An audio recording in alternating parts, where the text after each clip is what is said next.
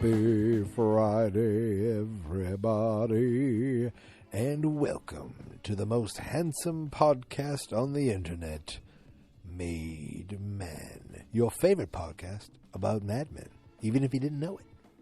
And today, I'm going to talk about the episode that I just finished watching, Season 6, Episode 5, The Flood. What is the flood? You know, a lot of the times, these episodes have kind of a literal meaning, the titles, and more of a, figurative, metaphoric thing. And in this one, there was no literal flood, but there was a mention of the flood, and there was kind of not a flood, but almost a catastrophe type event. And I mentioned in previous episode how I do enjoy how they handle the real life things that happen in the world and how life kind of happens around it.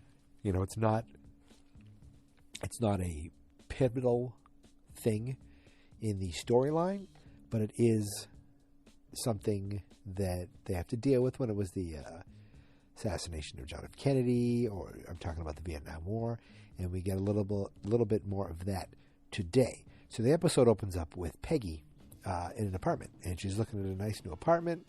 She's got a realtor there who I recognize from, I think she's on The Goldbergs or that new show School. She's one of the teachers. She's one of those character actors that I just know from things, but I don't know who she is. And she's showing her all the different spots and in the apartment.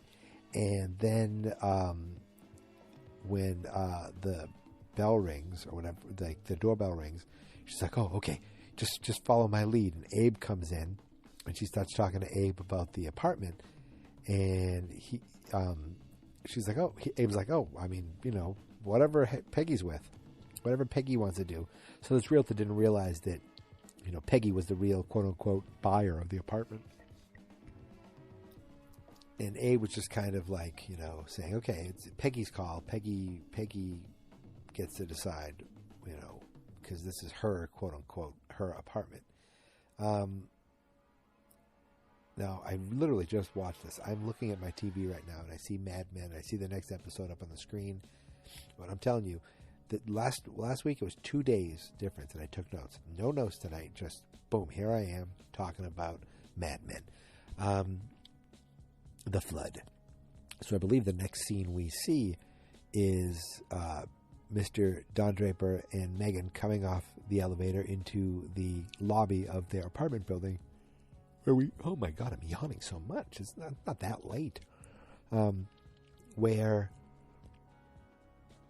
we see a lot of this apartment building this season more than ever. They come off out of the lobby, and who do we see but Doctor and Doctor Wife? And of course, Don's like, he can't just play it cool. He's like, "Oh, Doctor Wife, you're here." And they're like, "Oh, what are you doing?" "Oh, we're waiting for a taxi." "Oh, where are you going?" We have a cab calling. We're going to the... Man, I can't stop yawning. We're going to the New York Advertising Club Awards. "Oh, that's so great." Oh, first they're like, "We're going to an award. Megan's up for an award."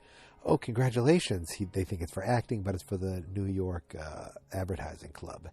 And they're like, "Oh, where are you going?" "Oh, he got asked the last second to speak at a conference in Washington, D.C., so they're heading out to Washington, D.C.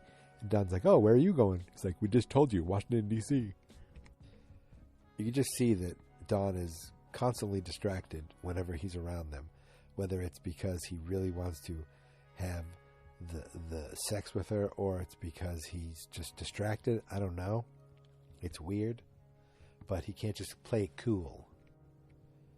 Now, while they're going off to be at the ad awards, and Doctor and Dr. Wife are off to, go off to the nation's capital, our buddy Michael Ginsberg, I can't stop yawning. This is really, really unprofessional. Michael Ginsberg, we actually see him showing up back in his apartment with his dad, and it's like we don't get to see his personal life all that much. So it was nice to see him and his dad again. And his dad is there with a young woman, and Ginsburg's like, "Oh, whatever you're selling, we're not buying." And the dad's like, "No, this is my friend's daughter," trying to do the accent without trying to be, completely, disrespectful. I can't even think of words. This is my friend's daughter. And she's like, "Oh, hi, she's a school teacher. Oh, we were just talking. Here's some money, take her out for dinner." He's like, I just got in. I haven't cleaned up. I haven't done this. Basically, the dad was there setting him up with his friend's daughter. And Ginsburg was like, "Oh," and the daughter was like, she seemed a little, it was very awkward for the daughter because Ginsburg is very, he's got the verbal diarrhea. So he sometimes can't, for his own sake, can't stop talking. But eventually, he ended up taking this girl out, and they go to a diner, and they just have some small talk. And he can't even do that right. He ordered soup, and he ends up talking about how he ends up saying how he's never had sex before, and like he didn't know how to deal with this. And the girl's like, "Michael, you're a handsome guy, but I'm doing this as a favor for my parents, so this isn't some big moment. You don't have to worry about it." And he's like, "Do you like kids? I know that can sound weird if you think of it, when you think about it." She's like, "I'm a student teacher going for my master's. I do like children, though." I think Ginsburg thought this was the beginning of like their courtship. She's like, "I'm just doing this as a favor. Don't worry about it." Now, over at the awards show, they get there and they notice that their table's far away, and Megan's like, "I can't believe these close, the bigger firms get the closer tables." And she goes, "Oh, look, there's Peggy over there." And he's like, "Oh, I'm going to wait for everyone else. You can go say hi to her." And it turns out that Peggy's up for an award, and Megan's up for an award for the work they did at Sterling Cooper Draper Price that they're no longer at anymore. Now, Megan goes over to say hi to her, and they talk for a few minutes, and Megan introduces her to the head of accounts, who is, I don't know his name, but it's Harry Hamlin, the actor, Harry Hamlin. He's a little creepy. He looked like he was creeping on Megan a little bit. And then Ted shows up and Megan goes off, and Ted shows up and sits down right next to Peggy and kind of gives her like the eye, like, this is my wife. How you doing, Peggy? You probably figured out you haven't won. You're not going to win, right? But that's okay. And she's like, "Huh?"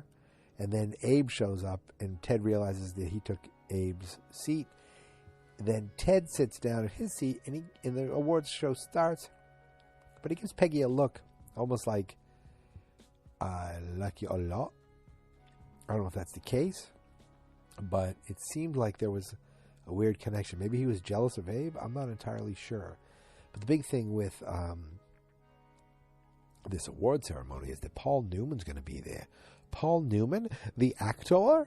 Yes. He was there to talk. Now, it actually worked out quite well because they were so far away. They were seated so far away. They could barely see Paul Newman. And we didn't get a closer view because we're with them. So we could barely see Paul Newman. So we get a guy that kind of sounds like Paul Newman. And boom. It works. "Hello, Jerry." "Hello, Newman." Now, here's the thing that I had to rewind twice. And then a third time I put the closed caption on. So Paul Newman gets up there and gives a speech, and he talks about, I'm not here just as an actor trying to promote something. I have a cause, blah, blah, blah. I know Bob Kennedy, but I'm supporting this other guy for president. I don't know who this other guy even is. I've never heard that name before.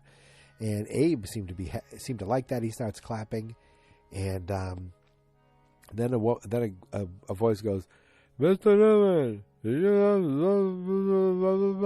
I'm like, what did he say? And then Abe jumps up and goes, "Who said that?" And I'm like, I thought he was insulting the presidential candidate. I'm like, okay, what's going on here? Let me hit rewind again. Nope. Then I put the subtitles on. It literally took subtitles for me to hear this guy say, Mr. Newman, are you aware that Martin Luther King was shot and killed tonight? What do you want to say about that? And that's when, like, all kinds of turmoil was let loose. Now, I feel like I remember seeing there were some broadcasts about the announcement of his death, or some concerts. People had to, to announce it.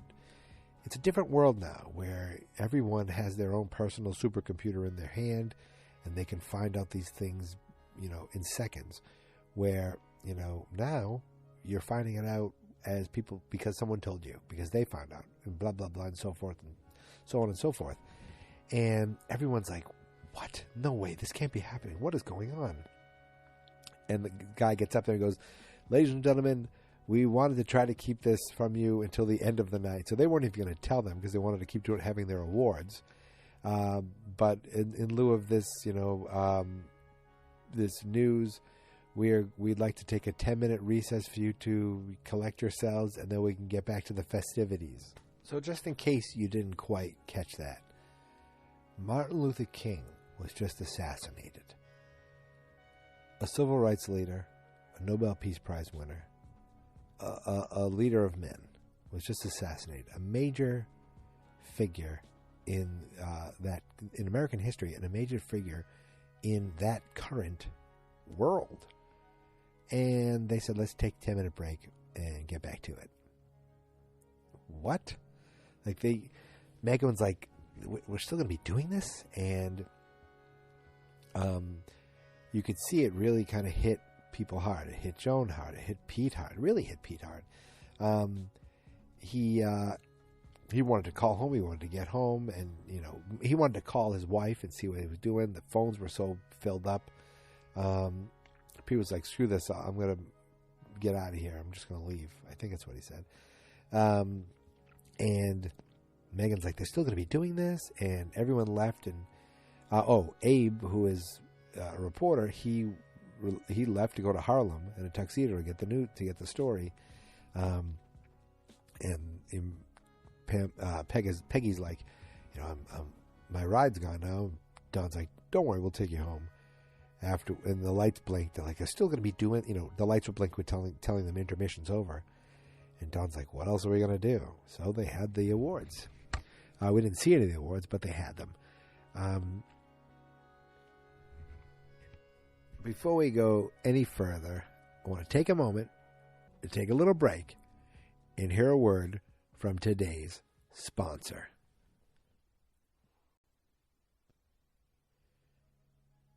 Now, one thing I forgot to tell you was at the awards, Roger introduced Don to this dude from an insurance agency, and he wanted to meet.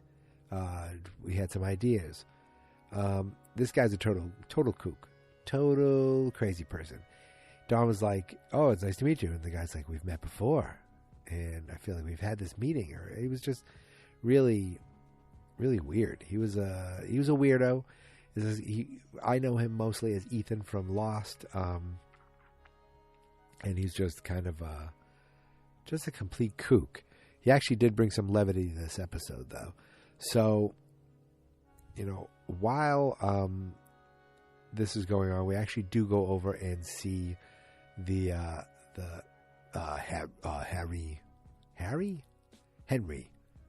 Henry Francis. It's been a while since we've seen Henry. It's been a while since we've seen his wife Betty and his 3 stepchildren, Icky, Bicky, and Bloop. What are their names? Sally, Bobby, and oh my God, I can't believe I can't remember the third, Jean.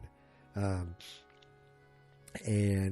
they're all upset with what's going on, but Betty won't let them listen to the radio. Won't listen to watch TV. They're listening to the radio because all the news is obviously the assassination of MLK. And Bobby ends up going to bed, and this is a weird one. He was just kind of upset, or he saw that his wallpaper wasn't perfectly lined up, so he started picking at it, seeing the wallpaper underneath it. Betty ended up seeing it, and he got in trouble with her. If I'm all over the place, I'm all over the place. I apologize. Henry ended up having to go into the city because he works for the mayor, and the mayor, he's got to. The mayor obviously has to see things because they're tearing down the city, and that freaked Bobby out a little bit.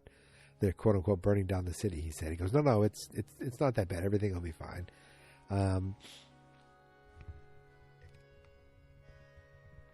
The next day at Peggy's office, she got a phone call from the realtor saying, we're going to, and if I'm wrong, I'm wrong, but I feel like this was in the office where she got this phone call saying, I'm going to make an offer. We got someone else coming in. We'll give them a lowball offer because I think it's a good idea. The realtor was really, I think, dragging her along. And after she got off the phone with the realtor, a woman who came into the office, who worked at the office, and this was really interesting, how something that happened, excuse me, something that happened paralleled something that happened, something that happens now parallels something that happens in the other office, and it's just very different what you see. So in this one, there's an African-American woman who works in the office. She comes in, and Peggy's like, oh, I can't believe you're even here. What are you even doing here? I didn't think you'd be here. And, how are you? Blah, blah, blah. They're just talking a little bit. Peggy was like connecting with this person as a real person, gives her a hug, and says, you should probably go home. And she's like, thank you very much. Now later, we're going to see the same thing. So in the office at Sterling Cooper Draper Price, no one's really around. No one is I shouldn't say no one's around, but most of the secretaries are watching TV or going to do something, and Dawn wasn't there. So Dawn, the secretary, wasn't there. Don Draper ends up taking his own Rolodex and calling into Washington, D.C. to a hotel because he wants to make sure Doctor and Doctor Wife are doing okay. Because they're in Washington, D.C. where all this crap is going down. And really, all he seemed to care about was Doctor Wife. He seems to be worried about her because they're in Washington, D.C. with all this craziness that's happening. It ends up like a couple people die, but we don't really know the fate of Doctor and Doctor Wife. I just assume they're fine. I don't think that's how they'd kill them off. That'd be something. So, Dawn, the secretary, Dawn, eventually comes into the office. And they're like, we didn't expect you to come today. She's like, oh, my mother thought I should come. And this was the most awkward moment of the whole episode. Joan goes to hug Dawn, female Dawn. And Joan gives this awkward, trying to hug, stiff hug. And Dawn does not reciprocate in any way. She looked confused. She looked odd. She said, frankly, she'd just rather be working. Dawn's like, you should go home. And he goes, actually, we're going to be closing up early. And Roger's like, well, that insurance guy is going to be coming in for a 3 o'clock meeting. I got Ginsburg and Stan are going to be staying around. He's like, yeah, you could stay. And Dawn, the secretary, was like, yeah, I'd rather stay too. And he's like, all right, that's fine. They end up meeting this guy. I'm just going to go through this now. They end up meeting this guy, and he was a friggin' weirdo. I don't even know what the point of this was, where he basically was saying he had a vision of a Molotov cocktail being lit with their insurance name under it, basically taking advantage or of the riots that have been going on. And he said that it's okay because Dr. Martin Luther King appeared to him in a dream, which was like, what the hell is going on here? And my favorite part was Ginsburg was fascinated by that. Roger was just like nonplussed. Is that the word? Dawn looked completely annoyed. And Ginsburg was loving, not Ginsburg, Stan was loving it. He just had this big goofy grin. He was laughing the whole time. And this guy was just, nothing. There was no reason for it except for some weirdness. And they just kind of sent this guy on his way. That was really it. We don't see this guy anymore. The story doesn't come up anymore. Now, maybe it was the day after that would have been the weekend. And if I'm all over the place, sorry. But this is what happens. So they're at home watching TV, worrying about all the stuff that's going on in the nation. And Megan calls. Megan's like, Betty's on the phone. You forgot to get the kids. He's like, Betty, you want me to bring the kids into this place like this? She's like, of course you don't want to see them, because Betty's selfish. So Don's like, he goes in and gets all three kids, and you see them all sitting in the front seat of his car. Oh, of course, Don puts his drink down to go pick up his kids, which is hilarious. But they're driving through New York City with sirens, or sirens, as my wife's uncle used to say. So there were sirens going off, and you could just see, Bobby looking around weird, and Don was just looking at it thinking, Jesus, this is a little bit scary. So when they have the kids in the apartment, the next day, Don wakes up and sees them all dressed up, ready to go out because they're going to a vigil. But Bobby was like, I'm sick, I don't feel good, I don't want to go. And you could see he was faking it. He just wanted to stay home. So, and Don ends up staying home with them, and Sally's like, you can't watch TV, Mom said you can't. So when Gene, Sally, and Megan leave, he's like, what did your mother say? She said, I'm not allowed to watch TV for a week. Boom, next shot, they're at the movies together. You can't watch TV? Fine. I didn't say nothing about the movies. And they go see Planet of the Apes, and it was kind of cool, seeing someone see that scene for the first time where you ruined it, where you see the Statue of Liberty at the end. And Don was like, oh, did you like that? Want to watch it again? And they stay for the movie again. And while that's going on, an usher comes through and cleaning things up. And he's an African-American guy. And Bobby starts talking to him. He's like, have you seen this movie? And he goes, I haven't yet. He goes, oh, we liked it. We're going to watch it again. Do you get to see the movies for free? He's like, yes, I do. He goes, oh, that's great. He goes, people like to see movies when they're sad. That was kind of a weird thing for Bobby to say. It's almost like he's trying to tell his dad, I'm sad, and that's why I like seeing this movie.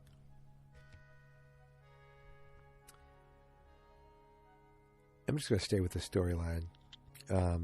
He ends up, after they go to the movie, they end up going back home, and Don is in his room. And this is weird. Just kind of, to me, I was like, this felt not out of place, but like he's just sitting there holding a drink, looking like upset, looking like he's cried. And Megan comes in. She's like, he talks a little bit about the vigil. And then Megan basically says, you're in here instead of doing this. You could be out there with your kids. He's like, you didn't even go with them today. He's like, you're so much better with them than that. And she's like, you know what? I was like, you wouldn't understand. And she goes, no, because instead of Marxism, you have the bottle. She was complaining about her own dad, who wasn't a good dad because all he cares about is his Marxist ways. And she basically says, you need to. She was basically calling him out on being with the kids, and then John Hamm gave a great little speech that was just also like not like it was sad, but then it kind of had a warm ending. We talked about he never thought he'd be the type of person to love a child. That just wasn't his thing, and then all of a sudden he has a child. And you think he's going to say, and everything changes, but he doesn't. He says, you have a child. And then you feel like those feelings are going to come, but then they don't come, and you start faking it. And you think, that he's basically saying he had to fake that he loved his kids. And you know what? It kind of makes sense because he is a selfish guy. And he cared more about his own gratifications than these kids. Now, it's weird because you show him having some nice moments with these kids over the years. But this, this revelation of the fact that he, when he had these kids, he didn't feel what he did. he felt weird that he didn't feel what he was supposed to be feeling. He said, but then all of a sudden they get a little older. They become, older, and you start realizing that the feeling that you are having these feelings that you used to have to fake, and it feels like your heart's going to explode. So I thought that was interesting because it seemed like he really wanted to be, I don't know, it just seemed like maybe the fatherhood is getting to him. I'm not quite sure what that whole speech was. It was interesting. It was interesting that he does love his children. I mean, at least now he does. Jesus. But that led to him getting up late one night and probably that night, and going into Bobby's room. And Bobby's awake, and he's like, "What are you doing?" He goes, "You need to go to sleep." And Bobby's like, "I can't sleep. I'm scared." And it wasn't that it was scared about something specific, and I felt a little bad for Don. He's like, "Why are you scared?" Because I'm scared that someone's going to shoot Henry. You realize Henry is a stepfather. Henry's the guy he's with most of the time, and Henry's been raising him for the last couple of years. Henry's raised this kid from to the point where he looks like a whole different kid. I mean, geez. Is this the second season of this Bobby, or is this the first season of this Bobby? This was the episode for this Bobby. He finally feels like Bobby to me. It took me a while, but now he can be Bobby Draper. We'll see what happens next year. But he's nervous about Henry. Why won't they shoot Henry? And Don had a great thing. I don't have to worry. He's not that important. And that seemed to calm Bobby down a little bit. And then Don goes out to get a drink, and you could see there was just sirens again, showing that there's some craziness going on in the world. And that's how the episode ended. I think that's it for Don. He had that nice, that great little speech, that sad but then happy little speech. With Pete, there is a couple things that happen. So he ends up calling Trudy in this episode and just checking on her, seeing how she's doing. It was cordial, and he's like, "I feel like you shouldn't be alone. I should come and see you and Tammy." And she's like, "Nope, we are fine." He's like, "How is Tammy? How's she doing?" She doesn't know what's going on. He's like, "Oh, that's right." He doesn't even know his kid's not old enough to understand what's going on. And he's like, "I'll see you on Saturday." And she goes, No, you can just say you're sick, or I'll just cancel completely. So it looks like she was having her parents out on Saturday, and Pete was going to be there to put up the appearance that life is going fine and they're happy and blah, blah, blah. You could see Pete is starting to feel bad about the fact that he's not with his family. But guess what? He did that to himself. We later on see Pete getting Chinese food delivered. He even tries to talk a little bit to the Chinese guy, the Chinese food delivery guy, and who was also a Chinese guy. And the guy couldn't care less. He didn't even say anything. He just stared at him. He's like, okay. Pete just goes back into his apartment with his Chinese food. When you think about this guy who has a house in the suburbs, but then he also has this little love shack in the city, you think like, oh, look at this player, who's got this little nest there where he can have people, and then he goes home to his wife. You don't want to say that's a bigwig, but you say that's a guy who is power obsessed, right? And then you turn it around, and now that house is gone, and all you see is this apartment. And he's got this apartment, which is his full-time residence, now just looks like a sad divorced guy. Even though he's not divorced. He's not divorced. With Ginsburg, the only other thing, we see him go and tell his dad. We see him wake his dad up and tell him about Martin Luther King. And that was upsetting. And then we see later on he's on a sewing machine working on his dad's jacket. His dad wants to go to work, and the dad's like, I have to go to work. That's what happens. Life goes on. And he goes, there, good as new. When he sewed the thing for his dad, his father's like, this is terrible. You can't sew, you can't cook, you can't clean. This is why you need a girl, unless you don't like girls. And Ginsburg's like, I like girls, fine, but I don't need you to help me find them. I can find my own girls. And this was the comment where the father's like, in the flood, the animals went in 2 by 2, and you'd go in with your brother or something like that. It was a weird thing. But the flood, he was talking about the actual biblical Noah's flood, Noah's Ark flood. You know that one, the flood. So that's where the literal term of the title of the episode came in. And I guess just the flood of everything that happened, in the nation following the assassination of Martin Luther King Jr. That could be considered the flood too.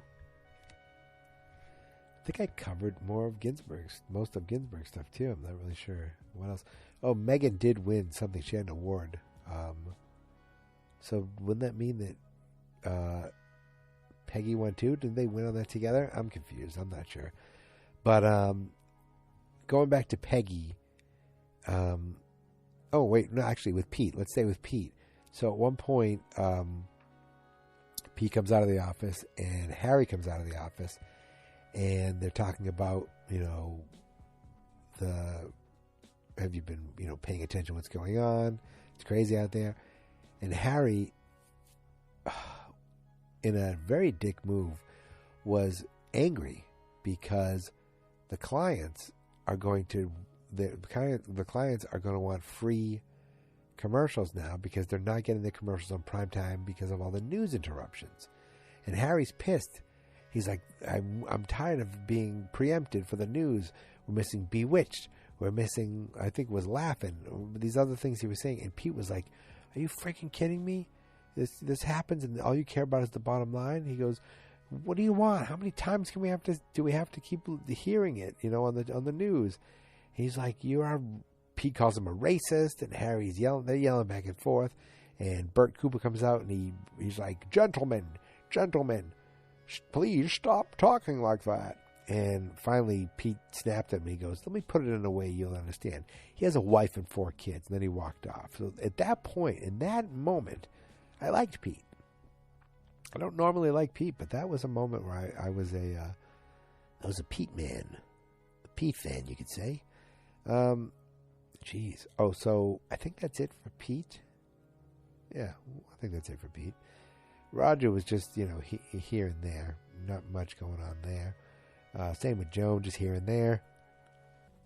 Ken was there. I saw him put his hand on Joan's shoulder. That's the only thing I got out of that.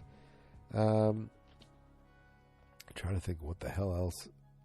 The other stuff going on is with Peggy. So she didn't get the apartment. The woman called back and said that, someone else came in under, came in for asking. And she was under asking. If she asked for asking, she probably would have gotten in the first place. That's why I think this woman's giving her the runaround.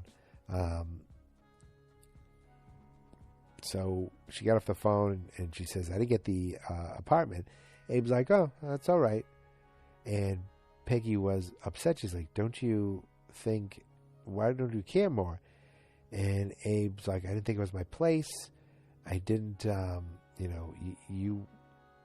it's your money. I didn't think I should say this. I just wanted to, but I didn't really want to live up there anyway. She's like, oh, why didn't you want to live up there? He goes, and it's our money. You're in my life. He goes, why didn't you want to live up there? And he goes, I always thought, down on upper 80 or something, whatever. He goes, it's not dangerous. It's a little run down. We just slap some paint, get some wood. A lot of people are doing it. I just didn't want to raise our kids up in the Upper East Side. And the fact, when he said that, Peggy's whole demeanor changed. She just kind of like, ooh, like she had a glow about her. She was like, whoa, what? She goes, I didn't know you felt that way about the Upper East Side. He's like, oh, yes, I do. But you could see what she really meant about, I didn't know you felt that way about us having kids someday. She just had this big grin on her face after that. So I thought that was a cool little moment. I want to say, I think I've done it. I think I've covered everything. I can't think. I say that I cannot think of anything else to say. So you know what? If I missed out something in this episode, you're used to it by now at this point. The fact that you're still listening is mind-boggling. Not because, well, just the fact that anybody listens to me talk about this just blows my mind. I love it. But you must really like Mad Men, because I realize I ramble on, and I'm like, am I getting any of this right? I'm not sure. I must be getting some of it right, because, you guys are a great audience, and I love it. I love it, I love it, I love it. Now, I want to tell you something before I go. Actually, this isn't my only podcast, so I just started a brand new podcast that I want to talk to you about really quick. It's also available at fanslineexperts.com. Now, Disney Plus is a brand new streaming service that just launched on Tuesday. They have a show set in the Star Wars world called The Mandalorian. I mean, the title, I'm the made man, or at least I want to be. The title says itself, Mandalorian. I'm doing a podcast just like this show, where I watch the episode of The Mandalorian. I talk about it without any research, any topic. I just sit there and I talk about it. There's only one episode out right now, but you can find it at fanslineexperts.com/Mandalorian. The name of the podcast, of course, The Mandalorian Man. Why wouldn't it be that? It's available anywhere podcasts are available. And again, if you don't know it, it's Disney Plus is the new streaming platform with, and this is a Star Wars show. It's a Star Wars show. It's like a Western set in the Star Wars world. So check it out. If you're interested in that show, please check out my podcast. I appreciate it. Again, fanslineexperts.com. Yeah, that's it, my friends. That is it. Do you notice that it's not that late at night? Do you notice if you're getting this right away? Did you notice I did the podcast on Thursday, recorded it on Thursday, and uploaded it and submitted it to you on Friday, because that's just how much I love doing this show. I didn't want to be late anymore. Bam. Now, we'll see how next week goes. But look, I got nothing else. So it's time for me to bring that voice down just a little bit. And I want to say to you, thank you so much for listening. You can find me on Twitter at MadeManPod. And my friends, like I said already, I want to thank you for listening as I strive to become a made man.